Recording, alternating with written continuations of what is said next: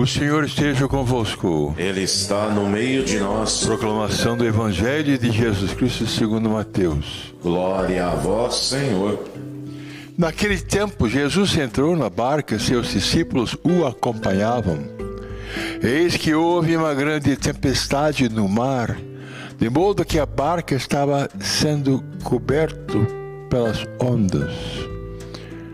Jesus, porém, dormia.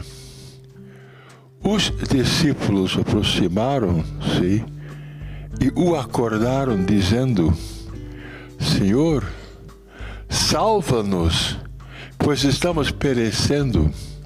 Jesus respondeu: Por que tendes tanto medo, homens fracos de fé? Então, levantando-se, ameaçou os ventos e o mar, e fez-se uma grande calmaria. Os homens ficaram admirados e diziam: Quem é esse homem que até os ventos e o mar lhe obedecem? Essas são as palavras de salvação. Glória a vós, Senhor.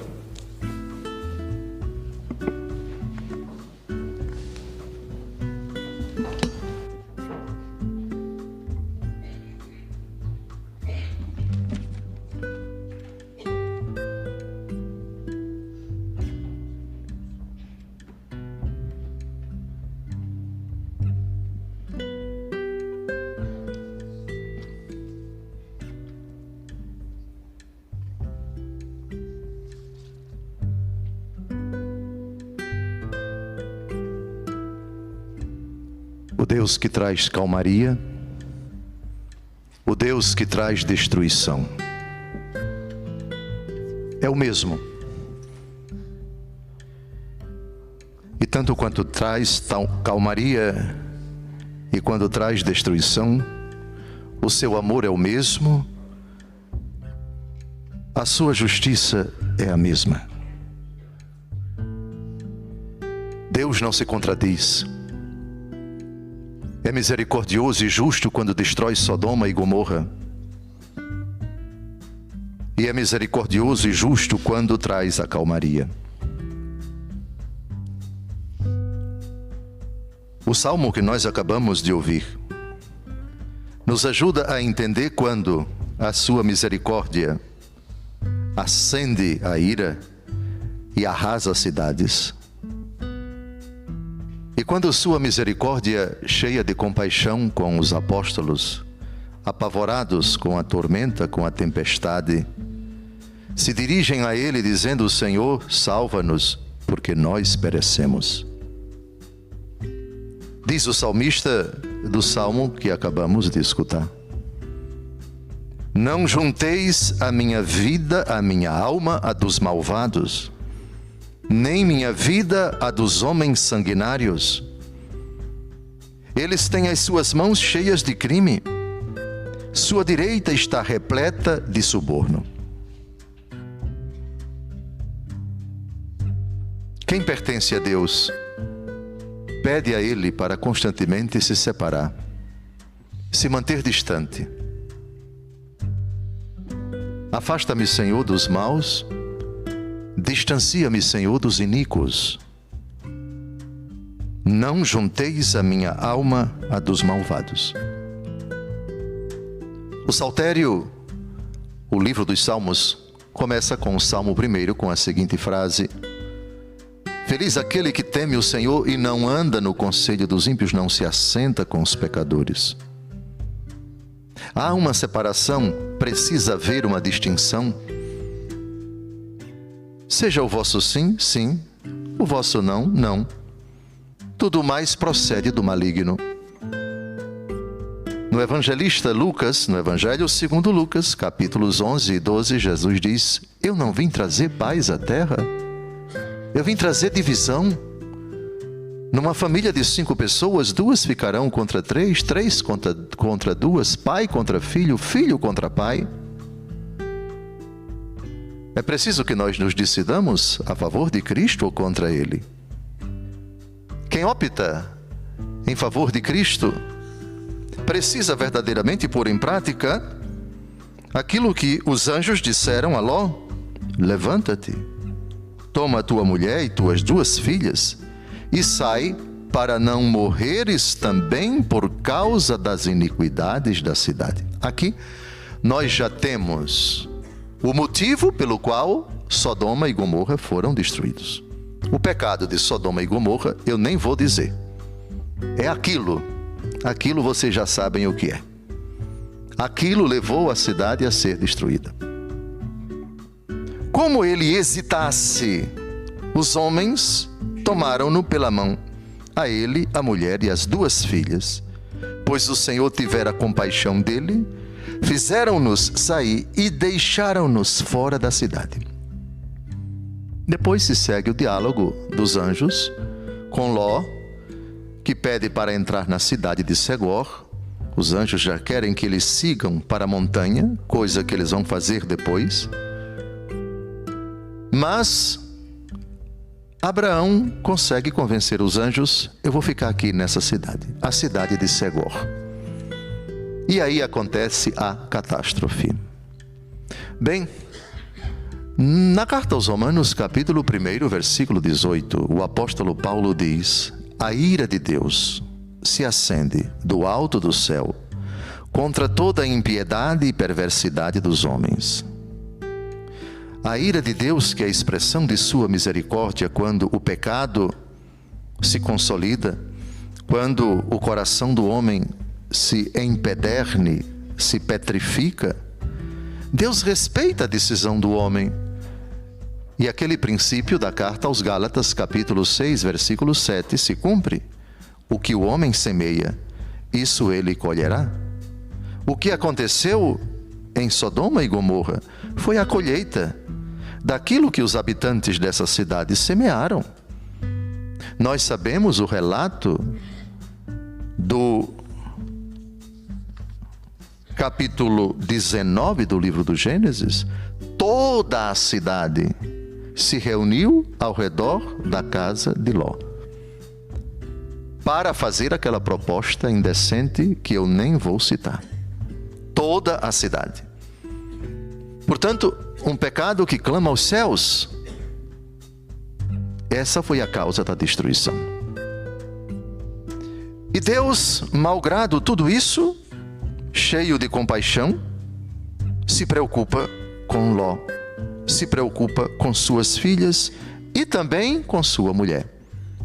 O olhar para trás, que foi uma desobediência da mulher de Ló, a ordem que o anjo tinha dado: fujam e não olhem para trás, evoca para os padres da igreja a nostalgia do pecado. Quando rompemos com o pecado, esse rompimento, essa ruptura, precisa ser definitiva. Não olhar para trás. Jesus diz: quem põe a mão no arado e olha para trás, não é digno de mim. Foi exatamente a fraqueza dessa mulher. Olhou para trás. Um pouco antes, Abraão suplica a Deus, numa oração comovente: Senhor, não destrua a cidade.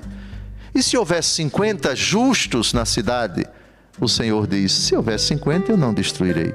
Senhor, não se ofenda com a minha insistência. E se houver 40? Se houver 40, eu não destruirei. Senhor, desculpe, mas mais uma vez o teu servo insiste. E se houver 30? Se houver 30, eu não destruirei. Mas Senhor, desculpe, e se houver 20? Tá bem, se houver 20, eu não destruirei. Senhor, e se houver 10 pessoas na cidade justas? Eu não destruirei. E aí, Abraão saiu da presença de Deus. Ocorre que, sabem quantas pessoas escaparam? 3, na verdade seriam 4. Ló, a esposa, e suas 2 filhas solteiras. Como a esposa de Ló olhou para trás e se transformou numa estátua de sal, somente 3. Vejam a conclusão. Na cidade havia iníquos praticando aquilo, gente até de dentro da casa, de dentro da família de Ló. Só 3 escaparam. Pois bem, onde nós queremos chegar com essa reflexão da primeira leitura? Ao destruir as cidades da região, Deus lembrou-se de Abraão e salvou Ló da catástrofe que arrasou as cidades onde Ló havia morado. Portanto, a palavra-chave que merece destaque, que é a mais importante da parte de Deus no episódio da destruição de Sodoma e Gomorra é: Deus salvou. Deus salvou Ló da catástrofe. E não salvou os demais, não porque ele não quisesse, mas porque os habitantes da cidade se petrificaram na prática do pecado. O Apocalipse, no último capítulo 22, versículo 11, termina assim. A Bíblia termina assim: o impuro continue a praticar impurezas, o iníquo continue a praticar iniquidades, mas o justo continue a praticar justiça, o santo continue a buscar a santidade. Ou seja, o que é que você quer? Você quer praticar a iniquidade? Está decidido a fazer isso? Pois faça. Faça. Quem é que vai impedir? Nem Deus impede. Lembram da parábola do filho pródigo? Dá-me a parte da herança que me cabe. Lembram do atrevido, o filho caçula, que disse isso ao pai? Qual foi a atitude do pai? Retrucou? Não. Tentou dialogar com ele? Não. Tentou dissuadi-lo? Não. Deu a parte da herança e ele partiu. Pois bem, quando de fato o homem está disposto a praticar, está com o coração verdadeiramente decidido, Deus respeita. Mas, por favor, à luz daquilo que nós acabamos de ouvir, isso tem consequências. O que o homem semeia, isso ele colherá. Gálatas capítulo 6, versículo 7. Portanto, destruição, ruína, desgraça, é na verdade provocado, iniciado, agravado, atraído pelo próprio pecado da pessoa. Mas cedo ou mais tarde, o pecado começa a apresentar suas consequências, seus efeitos. Se quisermos chamar isso de castigo de Deus, chamemos. Mas entendamos o castigo de Deus no sentido de Romanos capítulo 1, versículo 18. A ira de Deus se acende do alto do céu contra toda impiedade e perversidade dos homens. A ira de Deus se acende não contra os homens, mas contra a impiedade deles, contra a perversidade deles. Deus não se ira contra ninguém, mas se ira contra o pecado de quem quer que seja. E quando esses pecados são coletivos, unissonamente praticado por todos, isso torna verdadeiramente algo gritante, que sobe a Deus e que no momento certo descarrega a sua ira. Portanto, o episódio de Sodoma e Gomorra, ninguém jamais se atreva, jamais, porque seria blasfêmia, dizer que Deus aqui agiu como um ser humano cheio de raiva, de ódio. Não, por favor, nós é que acarretamos a nossa ruína, nós é que buscamos a nossa destruição. O Salmo 32 diz: feliz a nação cujo Deus é o Senhor. Agora, tire Deus de uma nação e deixe a nação ao seu bel prazer, legislando como quer, fazendo o que quer.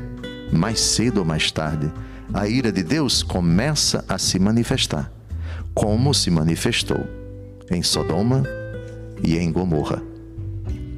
Agora vamos ao contrário, ou melhor, vamos à mesma pedagogia de Deus no caso dos apóstolos que estão numa barca, depois que Jesus realiza prodígios e está agora em pleno mar da Galileia. Jesus entrou na barca e seus discípulos o acompanharam. Agora, o evento que nós acabamos de ouvir no Evangelho é extremamente importante, precisamente para isso. Deus nos ama. E precisamente porque Ele nos ama, convém que nós sejamos submetidos à prova. E de uma forma, digamos assim, privada. Reparem que aqui os apóstolos vão ser postos à prova sem a presença do povo. São os seus colaboradores mais próximos. Eles é que vão assumir a missão da igreja, a tarefa de pregar o evangelho. São os futuros pastores da igreja, por favor. E aqui Jesus decide submetê-los ao tirocínio. Também o amor comporta provar as pessoas amadas, submetê-las às situações de dificuldade. Todos vocês que já tiveram filhos, esposos, servindo nas Forças Armadas, Exército, Marinha, Força Aérea, Polícias Militares, Corpos de Bombeiros Militares, as Forças Auxiliares, essas duas, todos sabem que eles, durante a vida militar, precisam de treinamento. E o treinamento é tanto mais intenso quanto mais próximo da realidade, justamente para submeter os militares a situações de real perigo, de extrema dificuldade, para que eles amadureçam, para que eles aprendam a enfrentar os obstáculos, os inimigos, os adversários, as adversidades. Pronto. São João Crisóstomo, padre da Igreja, patriarca de Constantinopla dos séculos IV e V, comentando o primeiro versículo do Evangelho de hoje, subiu ele a uma barca com seus discípulos, diz o seguinte: tomou seus discípulos consigo na barca para ensinar-lhes estas duas coisas: não assustar-se diante dos perigos, nem envaidecer-se com as honras. Permite que eles sejam agitados pelas ondas, a fim de que não mais formem de si mesmos um juízo muito elevado, por lhes ter escolhido em detrimento dos demais. Quando se trata da manifestação de milagres, permite que o povo assista. Mas quando se trata de ataque das tentações e dos temores, toma somente os atletas do mundo que ele iria exercitar. Portanto, o episódio não foi por acaso, foi milimetricamente pensado por nosso Senhor. Eu os chamei, eles estão comigo, agora eles vão passar por uma prova. Eles precisam se assustar, eles precisam experimentar o perigo, porque eu tenho que ensinar-lhes a como enfrentar as dificuldades da vida. Versículo 24. De repente desencadeou-se sobre o mar uma tempestade tão grande que as ondas cobriam a barca. Ele, no entanto, dormia. Dormindo? Ora, por favor, como se pode admitir isso? Por favor, Jesus está dormindo e não está dormindo. Como ele está dormindo? Está dormindo porque está dormindo. No Evangelho segundo Marcos, esse mesmo relato traz uma novidade. E Jesus dormia sobre um travesseiro. Mas eu só vou explicar o sentido do travesseiro no ano que vem, porque esse ano é do Evangelho segundo Marcos. No ano que vem, se eu estiver vivo, eu vou explicar por que São Marcos disse que Jesus está dormindo sobre um travesseiro. Pois bem, o Salmo 120 diz: eu levanto os olhos para o monte, e de onde virá o meu socorro? O meu socorro virá do Senhor, que fez o céu e a terra. Ele não permitirá que teus pés resvalem, não dorme nem cochila, aquele que é o guarda de Israel. Deus não cochila nunca, mas Jesus, que é Deus, está cochilando. Então, por favor, senhor bispo, responda. Se o Salmo 120 diz que não dorme nem cochila aquele que é o guarda de Israel, por que Jesus está dormindo? Bem, é São João Crisóstomo quem explica. Ele quis que ocorresse a tempestade, diz São João Crisóstomo, para que, livrando-os, manifestasse mais claramente o sentido do benefício. Essa turbação era a figura das tentações que haveriam de vir, das quais, diz São Paulo, em verdade não queremos, irmãos, que ignoreis, como fomos oprimidos acima de nossas forças, segundo aos Coríntios 1:8. Para dar lugar ao medo, disse, ele no entanto dormia. Se a tempestade, olha agora a explicação, por que Jesus dormia. se a tempestade tivesse ocorrido com ele acordado, ou não teriam ele lhe suplicado, ou talvez não tivessem acreditado que ele podia fazer tal coisa. Faz sentido. Às vezes, Deus nos faz pensar que Ele está dormindo, que Ele não cuida da nossa vida, que Ele não está atento às nossas dificuldades. É nessa hora que Ele, aparentemente impotente e aparentemente silencioso, diz: só estou esperando que vocês se dirijam para mim. Só estou esperando que nessa hora vocês recorram para mim com a mais absoluta confiança. Ou seja, é a hora de você fazer a sua parte. Não dorme nem cochila aquele que é o guarda de Israel. Mas você pensa que eu estou dormindo e cochilando? Eu não estou dormindo e cochilando. Só estou esperando que você intervenha, para que você não pense que eu acordado é que devo resolver tudo. Porque se eu tivesse acordado e desse provas para você 24 horas por dia de que eu resolvo os seus problemas, você jamais pediria para mim. Olha a inteligência de Jesus, mas é simplesmente fantástico. Dormia, mas não dormia. São Pedro Crisólogo, bispo e doutor da igreja da cidade de Ravenna, norte da Itália, perto de Veneza, entre Veneza e a República de San Marino, linda cidade, nas suas homilias sobre o Evangelho segundo Mateus, diz também outra coisa. Porque a tempestade pôs em perigo, ameaçou e enfrentou o seu Criador. Porque Cristo, que conhece o futuro, não percebeu o que ocorria, a ponto de não evitar a tempestade e até de permiti-la, causando risco para todos. Por que ele demorou tanto? Por que, quando todos estavam assustados, quando um perigo tão grande ameaçava os seus, ele dormia? Agora vem a resposta fantástica. Os padres da igreja são maravilhosos. Olha a resposta dele. Porque, irmãos, a perícia do piloto não se comprova em tempos de calmaria, mas de tempestade tormentosa. Quando o vento é suave, qualquer marinheiro inexperiente pode governar a nave. Porém, quando os ventos sopram de todos os lados, necessita-se da habilidade do melhor piloto. Fecha aspas.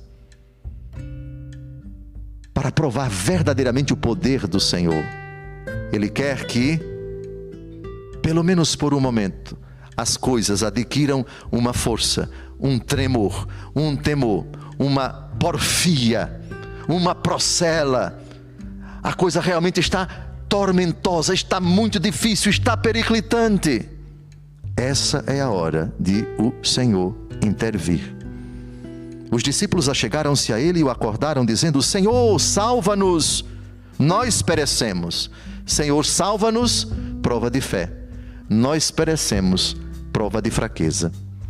O mesmo São Pedro Crisólogo diz: quando os discípulos perceberam que havia falhado a sua habilidade de marinheiros, que o mar se insurgia contra eles, que as ondas iam afundá-los e que os redemoinhos dos ventos confabulavam contra eles, é então que, assustados, clamaram ao governador de tudo, ao piloto universal, ao Senhor de todas as coisas, pedindo que acalmassem as ondas, afastasse o perigo e devolvesse a salvação aos desesperados. Por que este medo, gente de pouca fé? E levantando-se, deu ordens aos ventos e ao mar, e fez-se uma grande calmaria. A intervenção de Jesus soluciona o problema, amaina os ventos, traz a tranquilidade ao mar da Galileia e a todos os que estão dentro da barca. São Cirilo de Alexandria diz, comentando esse momento: salva-nos, é indício louvável de fé.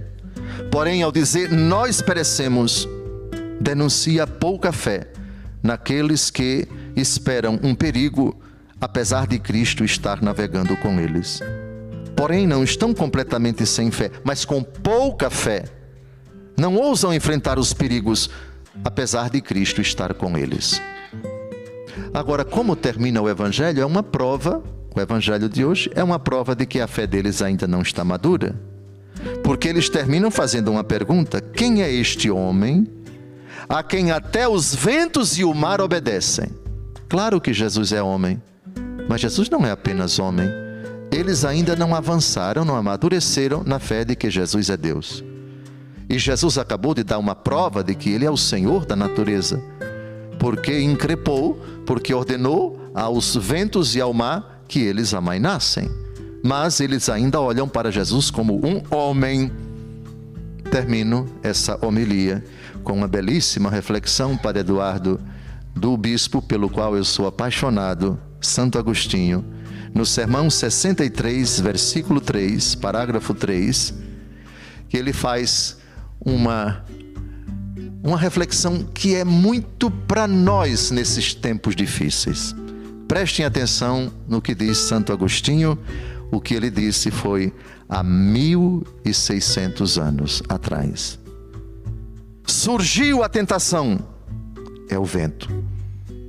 Tu te perturbaste, são as ondas. Desperta a Cristo, que Ele fale contigo. Quem é este a quem o vento e o mar obedecem? O mar é seu, Ele o fez, tudo foi feito por Ele. Imita os ventos e o mar, obedece ao Criador. O mar escuta a ordem de Cristo e tu permaneces surdo. O mar o escuta, ele amaina o vento e tu sopras. Mas como? Eu falo, eu faço, eu simulo. O que é isto? Se não soprar e não querer ceder diante da ordem de Cristo. Não os vençam as ondas quando se perturbar o vosso coração. Porém, como somos humanos, se o vento nos agitar, se nos abalar o afeto da nossa alma, não percamos a esperança. Despertemos a Cristo para navegar na bonança e chegar à pátria. Por isso eu sou apaixonado por esse bispo, porque ele só faz reflexões profundas. Louvado seja nosso Senhor Jesus Cristo. Sempre seja louvado.